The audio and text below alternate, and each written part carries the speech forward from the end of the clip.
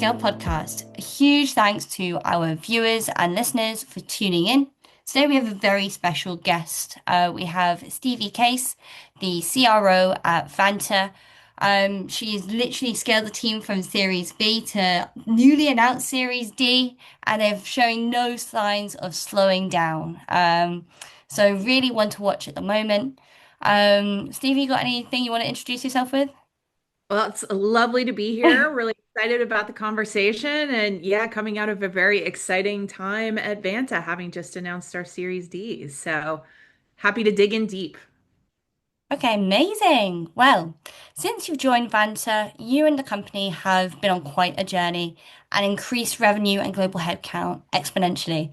And it's really economically turbulent times as well. A lot of companies have very much seen the opposite.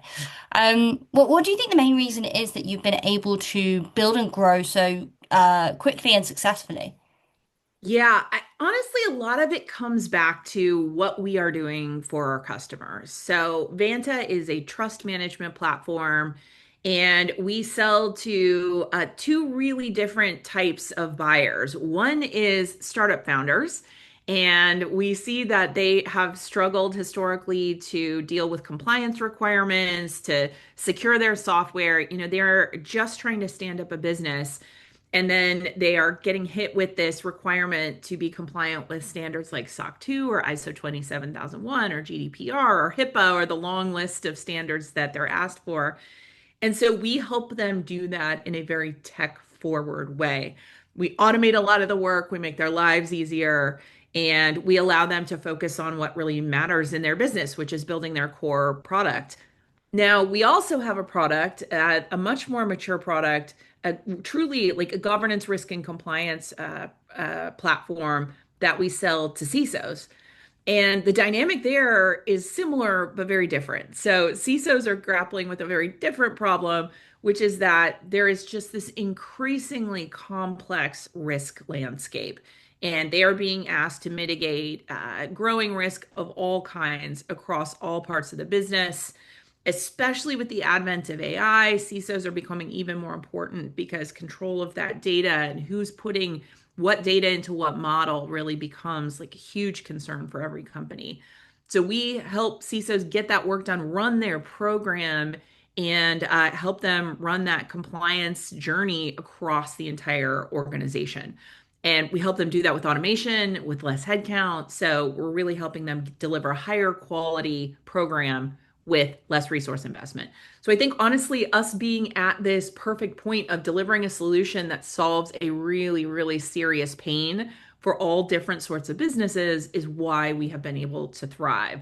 So I am really proud of the team and company we've built, but at the heart of it, it's like we've got a really great product that solves a very serious pain point. And to me, that is the number one thing. That's the table stakes that makes the whole organization work. Yeah, I mean, it never gets better, gets that far if the tech doesn't work and isn't truly outstanding, right? And that's what it means, what it ultimately is all about at the end of the day. Um, I guess a lot of companies in the GRC and cyberspace really struggle to differentiate. How do you and did you differentiate and communicate this within the market? Yeah, we take a somewhat unique approach here. So, I mean, one thing again is the product is very differentiated. We were started just over 8 years ago. Our CEO founder, Christina Cassiopo, created this concept of automated compliance. And the initial insight there was this just unbelievably manual process to get compliant with a standard like SOC 2 and go through an audit. She's a product manager. So when she started this journey, she had a piece of software she was trying to sell to the market. She had legal come knocking and they said, "Where's your SOC 2?" And she had to Google it and go understand what that was and what was involved. And as somebody who built software, she was stunned to find that the process to get a SOC 2 audit done was to go through a process of gathering spreadsheets and screenshots as evidence that you give to a non-technical auditor who's a CPA. So this was just kind of mind-blowing for her being in Silicon Valley building software. So she thought there's got to be a better way to do this. And that led her to this model of automated compliance where we integrate with the core systems of a company and we deliver continuous monitoring instead of these like point in time screenshots. So that differentiated product and that insight she created is the heart of everything we do. So it is a tech forward approach that matches better for software companies. But I think that on top of that, we have also added a unique approach to bringing that to market. Our team is very focused on the value that we bring our customers. So everything from the way that we talk about the product and the platform to the way we've architected our organization is centered around the value we deliver to customers. We've got this incredible value engineering organization led by a guy named Alex Olson, and we help to quantify what is the value of a solution like Vanta. So we're focused on our customers' problems. We help them quantify the pain and the risk, and we really focus everything we do around that. No, completely. And many legacy GRC players, within this space have very, target different buyers, as you kind of just alluded to, particularly within that sort of risk and legal space, which is really different approach to the same problem. How do you re-educate the market on the ways that Vanta will solve this problem better? Yeah, it's a great question because there is a lot of re-education. That is the beauty when we're selling to founders. They're coming to this to the first time. So for them, our solution feels very obvious and natural. So that's a great market for us to operate in because they're like, of course, this is how it works. Yeah. They don't realize that is not how it historically worked. So as we are selling to these buyers who are in larger organizations and enterprises who have been around a long time, what we find is there are really two camps there. There are buyers who have not bought solutions and have really built all these homegrown systems. They're running their programs in spreadsheets. Often they have a very strong point of view about how they should run their program and what's the right way to do it. So we really work with them to do a lot of work to understand what is their program, how do they run it, how do they measure success, and then we seek to move that program into Vanta. And rather than trying to force them to adapt to how we think about the world, we offer them software that works around the way their program already works. So we're not asking them to meaningfully change. We want to support their point of view and how they operate their program because it will be unique to their business. But that takes a certain amount of work to get that program lifted and shifted into software. So that's one type of buyer.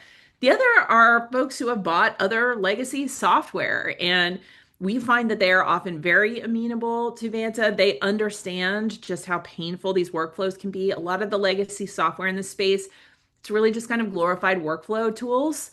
And you might have like an evidence repository, which is like a glorified Google Drive, and you might have like a workflow builder, but it's very old school. So we find that when security professionals are using those kind of tools, they see something like Vanta that delivers significant automation in their process, they immediately get it, and they have felt the pain. They've used software, they know what it can look like, so they're always grateful to move to something more automated. Yeah, so it's almost like the product that everyone's been waiting for a long time. Known it Yeah, should exist, but never quite has. that's right. Amazing. So, and with this over the past few years, Vanta's been able to scale globally, entering new markets like the EMEA market, and I can see there's lots of growth happening in the APAC market in particular. How have you found entering new markets, particularly with different compliance laws and different cultures? Yeah, it's been really interesting for us. I think a lot of SaaS companies, software companies hold off on entering some of these markets. The doc market is a great example of this. Because they're a little scared. The buyer's a different persona. They've got different expectations for security in particular. For us, that has actually made these incredible markets. So anywhere there is a lot of regulation, a focus on regulation and process, or real like strict standards around data privacy, these are actually fantastic markets for Vanta.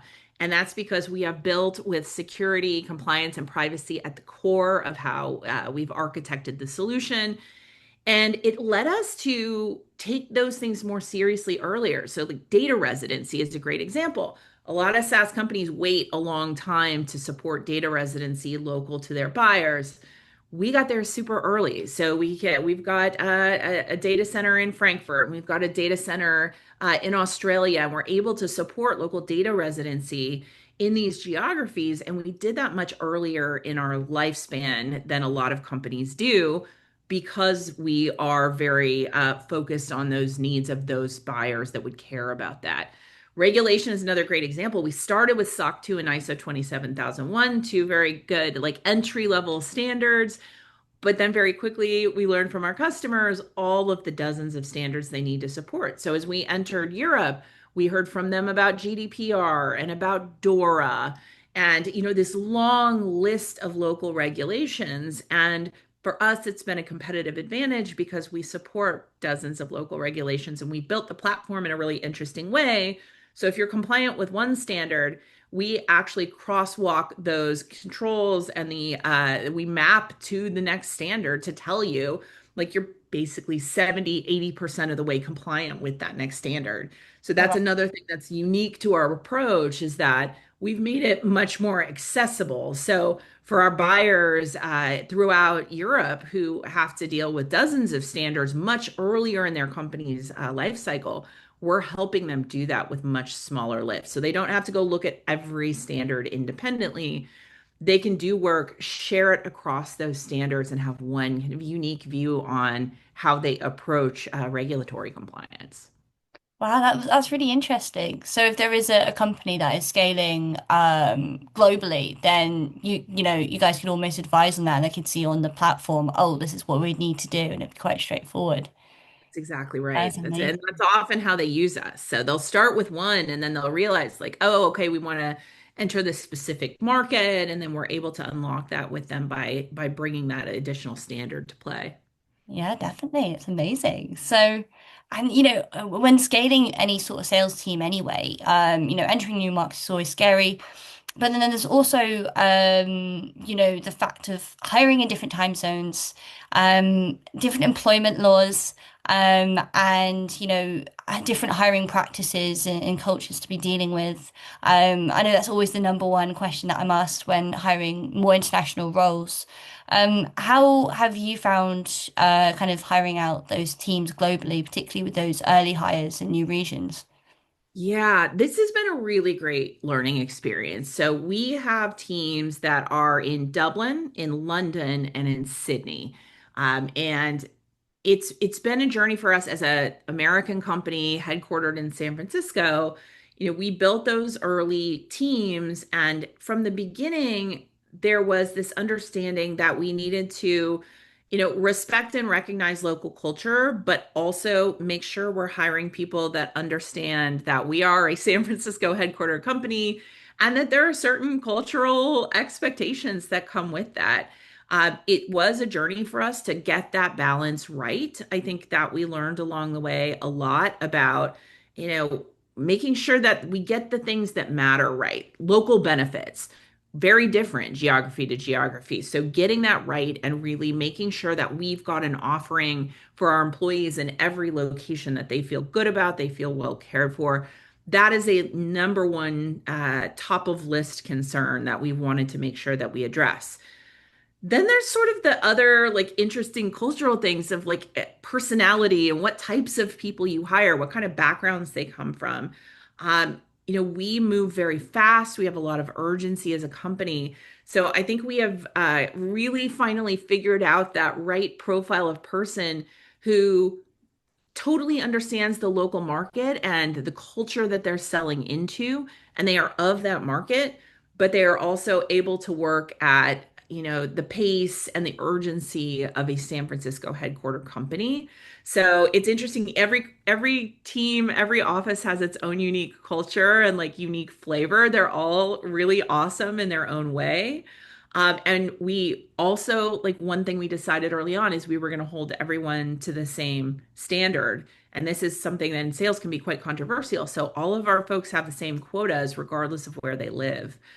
So quotas are the same in APAC as they are in EMEA as they are in North America. That was something we felt strongly about because the market opportunity, we see it as equally strong in all of those places. So, we've built up standards like that I think are unique to us. And then at the same time, we have really worked to give that like high quality experience to our employees in each of those places. And I'm excited. I'm heading out tonight actually to spend time with our Sydney team, who are covering all of APJ for us. And I cannot wait to see them. It's like a really fun team. One thing I find with that team in particular is that, I think they have it the hardest from a time zone perspective. They get, the least overlap with everybody else. And initially, when we staffed that team, it was a very small team. So they had to rely on a lot of resourcing from North America. So I find they are like a very entrepreneurial, high agency team. They're sort of like, we figure out how to get it done. We understand that, at least at first, we didn't have the same resourcing. So we had to be a little more enterprising. Now, luckily, that team is huge. We're almost 50 people in Sydney. So excited to get out there and see them and the new office as well, which we just opened a week ago. Wow, lots of shiny new things to go see. Yes. Oh my Lord, that'd be so exciting.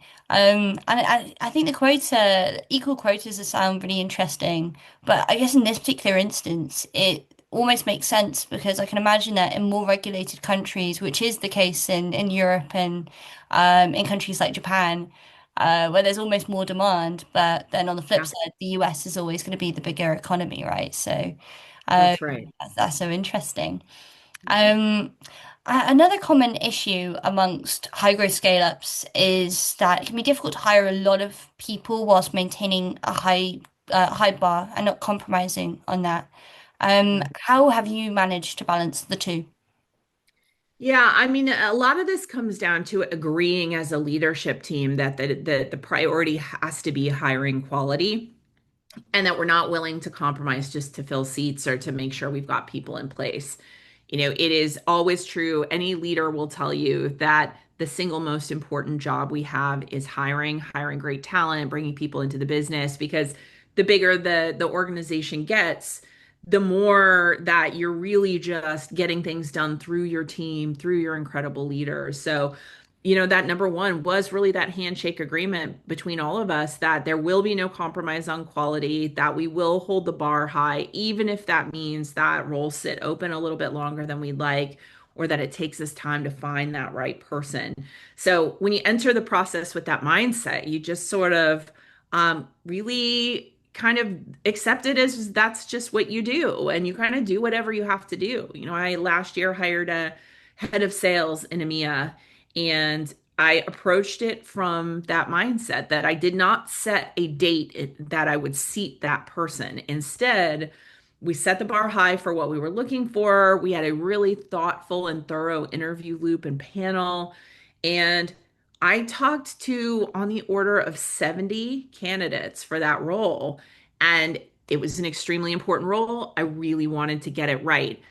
And for me, the biggest takeaway was what I talked to a lot of great people who absolutely could have done the job. There were dozens of candidates who functionally could have done the job, but the real magic is, can you find the right person that not only can do the job, but that is a great fit with your company's culture and how your company works? And, at Vanta, I would say we've got a culture that's very focused on first principles thinking. It's a very low ego culture. It's a lot of smart folks. We do a lot of writing. So we want somebody who's high agency, high urgency, can manage a team in EMEA and feel good that they have the right level of like empathy and understanding for that culture in those offices, but also is going to be able to operate with our leadership team. And luckily, I found a great person. He's been amazing. He's doing an incredible job. He's now been with us for several months.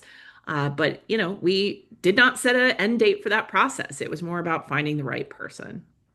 No, completely. And hiring the wrong person is so costly that, it can not only make people, your best reps, quit or leave, it can wreck cultures.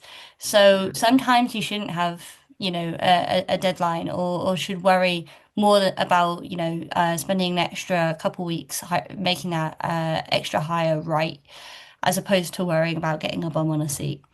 That's Um, right. So, I mean, it's pretty clear that Vanta is far from traditional in many, many ways.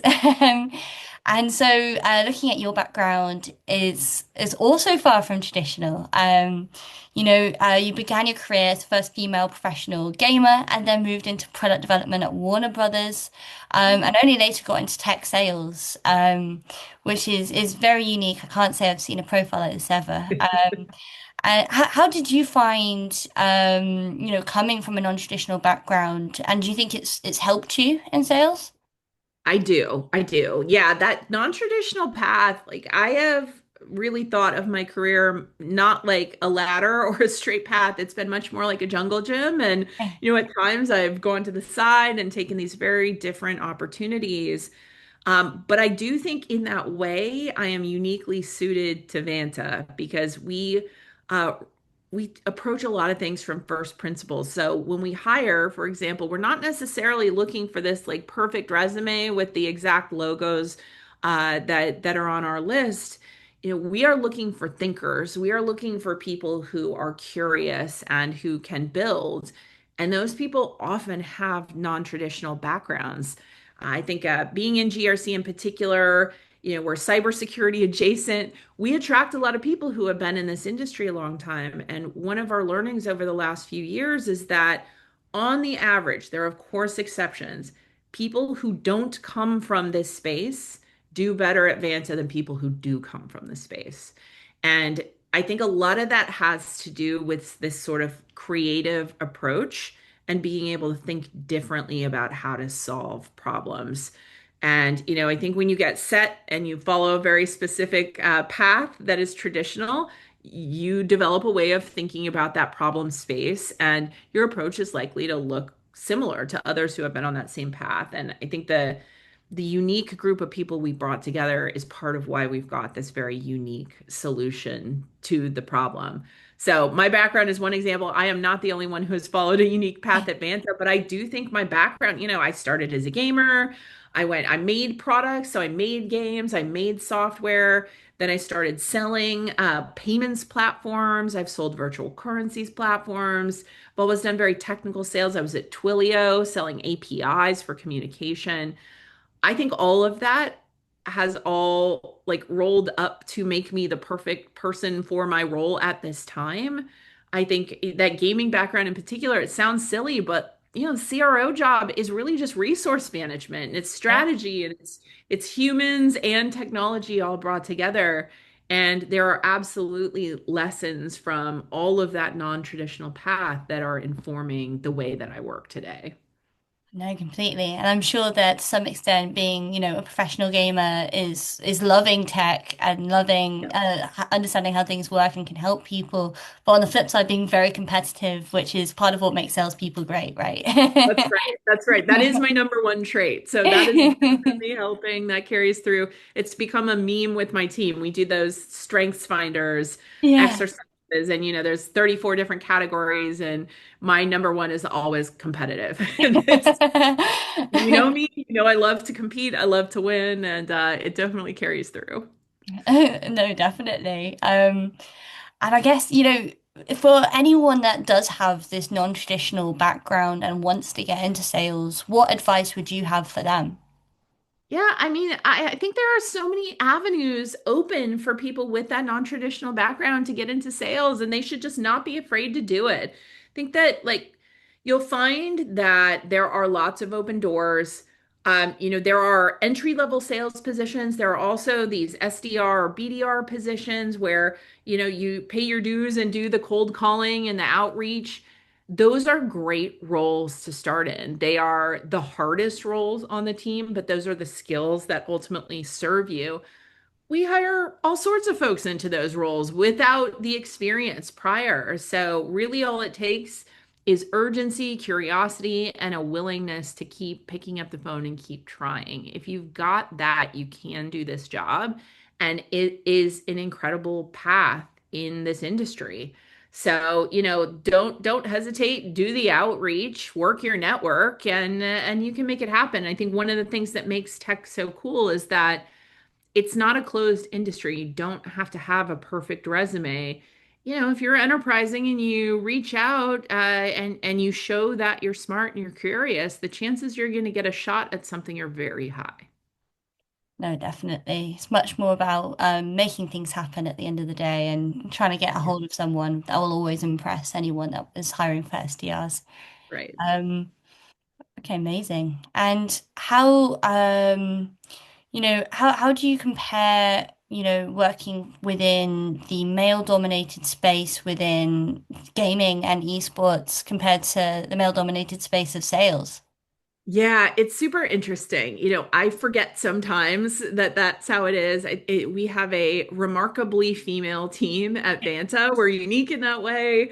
Everybody from me to Christina, our founder, CEO, our CISO, our VP engineering, like we have a very female forward team. That's true within our sales org as well. Lots of our leaders, lots of our top performing AEs are women. And I feel really lucky for that. It's not that we went out and said, let's build a female team. It just, this is how it is manifested. And I think we've hired really great top talent, and that's just how it worked out.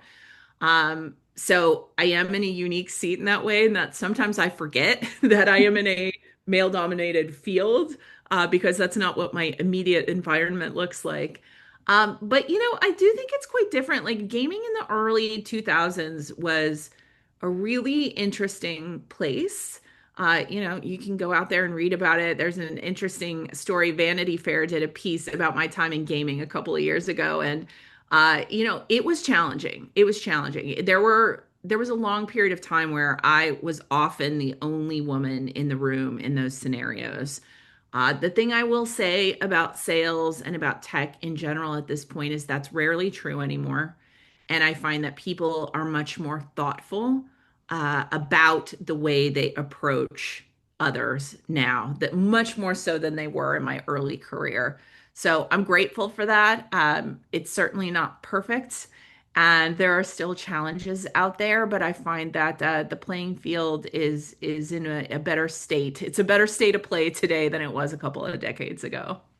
Definitely. And I'm sure you must feel that, within Vanta, actually having so many senior people, that are female, I just never see anywhere near as much as we'd want to. Um, but as you say, we're making moves in the right direction, and that's what matters. Mhm. Um, and as you've just said, it's very unique to have the CRO, CEO, and CISO be female, within the company. How do you feel a difference in working for a female-run company compared to a male-run company?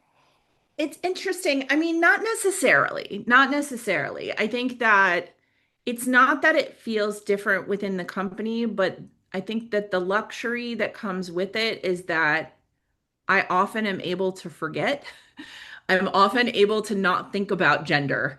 And Yeah. that is a glorious luxury. Like, it's not something that often crosses my mind anymore in my role. And I know that's not true a lot of places.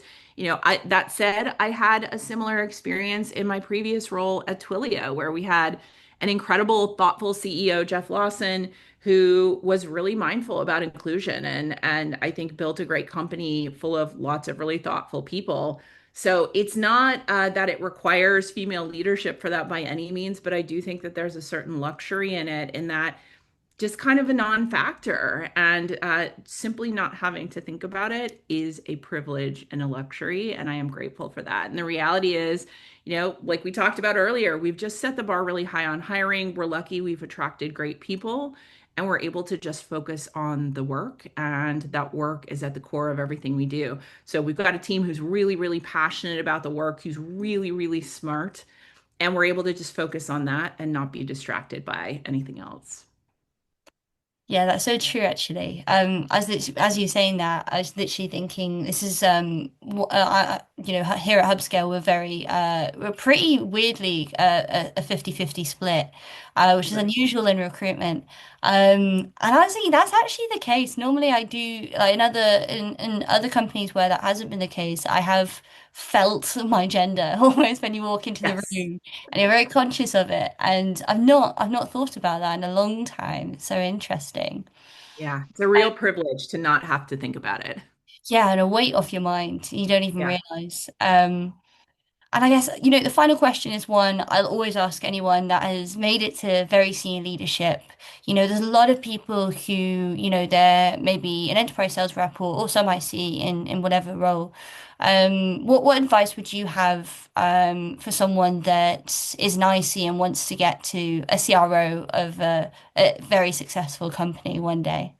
Yeah, I mean, it's achievable is my one bit of advice. 10 years ago, I didn't know what a CRO was and hadn't heard of it, and here I am. I think there are a few things that helped me get to here. When I started at Twilio, I did 6 years there. I started as an AE, so I was an individual contributor salesperson. I had gone back and forth my career between leadership and being a quota carrying IC. And a couple of things happened for me there. One was I had an incredible mentor. We had a COO arrive. He had been the COO at Salesforce. He had seen huge scale, and I was able to really learn from him and learn the playbook from him. And at the heart of what I did there that helped me reach this role is it's all stuff that any IC can do, anybody in an org can do. And it is really just be curious, ask questions, care about what your boss cares about. So, in each role, like the as you go up one more role in that hierarchy, the next person up is probably thinking about slightly different problems and challenges. They're probably measured by slightly different metrics. If you can seek to understand what are the metrics and the challenges that my boss is trying to solve and why, and then help them do that, you are going to be a natural next in line when they need another leader at that level. And then as you do that, you understand those challenges and you've got the context about what the next layer up is trying to solve. Then it's really about coalition building. This is one thing I tell all of my senior leaders who come up for promotion. Promotion when you're a senior leader is never a one person decision. It is a committee, it is dozens of stakeholders. I cannot decide to promote you on my own. Like I can put you up for promotion, but the reality is the way that you have interacted with everyone across the org matters. And the more senior you get, the more true that is. In a CRO role, anytime you're going for a prestigious leadership role, you're going to be back channeled. People are going to ask, what's it like to work with you? And so all of those relationships, all of the credibility you build matters. And I think it becomes much more important that it's not just about like the big glamorous achievements. It's about those less glamorous moments and how you partner in the background. And that's what people are going to hear about. So build your relationships, be thoughtful. Don't just kind of focus on that blind ambition. You really have to be thoughtful about how you build along that journey. And if you do that, it will come. Well, that's great advice. I've never heard anything like that as well, but it's so true. Public perception, it matters more and more as you go up the ranks. Um, so yeah, I guess that's it, unfortunately, because it's been really interesting. But I'd like to say a huge thanks to Stevie for joining us today. Be sure to check out LinkedIn and YouTube. And otherwise, we'll see you in the next episode. Thanks for having me.